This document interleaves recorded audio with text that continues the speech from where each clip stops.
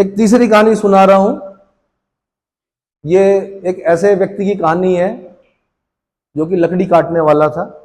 ठीक है, मतलब जो जंगल कटवाता था, उसके यहाँ की बात है। एक आदमी 20 साल से लकड़ी काट रहा था, उसके यहाँ पेड़ काट रहा था। उसकी सैलरी 20 सालों से उतनी ही थी। अभी 1 साल पहले एक आदमी आया था, उसकी सैलरी 1 साल में डबल कर दी मालिक ने। 20 साल से नौकरी करने वाले ने मालिक से पूछा कि मैं 20 सालों से बड़ी ईमानदारी के साथ आपके यहाँ पेड़ काट रहा हूँ, मेरा आपने कभी भी क्या नहीं किया, इंक्रीमेंट नहीं लगाया, और ये जो अभी नया नया आया है इसका क्या कर दिया आपने, क्या कर दिया, इंक्रीमेंट लगा दिया आपने, इसकी पे डबल कर दी, ऐसा क्यों? तो मालिक ने कहा आओ तुम्हें उसका काम करने का तरीका बताता हूँ। तो उसने दिखाया, जब वो पेड़ काट रहा था तो जैसे ही उसने एक पेड़ काटा, उसके बाद अपनी कुल्हाड़ी पे क्या की, धार लगाई। फिर दूसरा पेड़ काटा, फिर क्या किया, धार लगाई। फिर तीसरा पेड़ काटा, फिर कुल्हाड़ी पे क्या किया उसने, धार लगाई। तो मालिक ने कहा देखा, इसलिए मैंने इसकी सैलरी डबल की। कुछ समझ में आया कहानी से?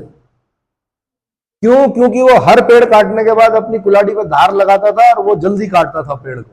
और जो पहला 20 सालों से कर रहा था वो कुल्हाड़ी पे धार नहीं लगाता था, वो उसी कुल्हाड़ी से कई महीनों तक काट रहा होता था, बहुत मेहनत कर रहा होता था, एक दिन में 4 पेड़ काटता था, और ये एक दिन में कम से कम 10 पेड़ काटता था।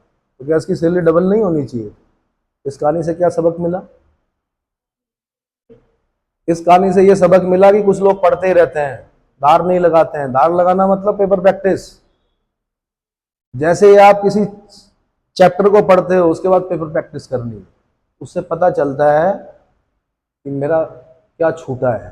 पेपर बताता है आपको क्या, फिर दूसरा चैप्टर पढ़ना है, फिर पेपर प्रैक्टिस, फिर तीसरा चैप्टर पढ़ना है, फिर पेपर प्रैक्टिस, और अलग अलग तरह से धार लगानी है। ये नहीं कि एक किताब उठा के उसकी पेपर प्रैक्टिस कर ली, अलग अलग पेपर प्रैक्टिस, अलग अलग लेवल की बुक्स होती हैं, बता रखी है मैंने कौन कौन सी होती है। अलग अलग लेवल पर देखना है आपने कि बेसिक लेवल पर मेरे नंबर कितने आए, ठीक है, मध्यवर्ती लेवल पे मेरे नंबर कितने आए, और अपर लेवल पे मेरे नंबर कितने आए। समझ में आ गया? ठीक।